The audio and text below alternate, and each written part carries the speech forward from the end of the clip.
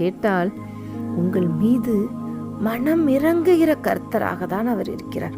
உங்களுடைய எல்லா சாபத்தில் இருந்தும் உங்களை விடுவித்து உங்களை ஆசீர்வதிப்பார்.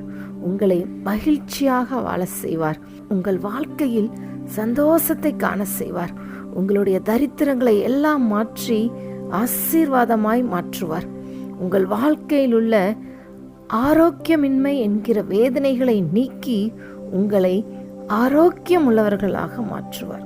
இதை குறித்து நாம் பார்க்க வேண்டும் என்றால், உபாகமம் 23ஆம் அதிகாரம் 5ஆம் வசனத்தில் எழுதியிருக்கிறபடி, உன் தேவனாகிய கர்த்தர் பிலேயாமுக்கு செவி கொடுக்க சித்தமில்லாமல் உன் தேவனாகிய கர்த்தர் உன்மேல் அன்பு கூர்ந்தபடியினால் உன் தேவனாகிய கர்த்தர் அந்த சாபத்தை உனக்கு ஆசீர்வாதமாக மாற பண்ணினார்.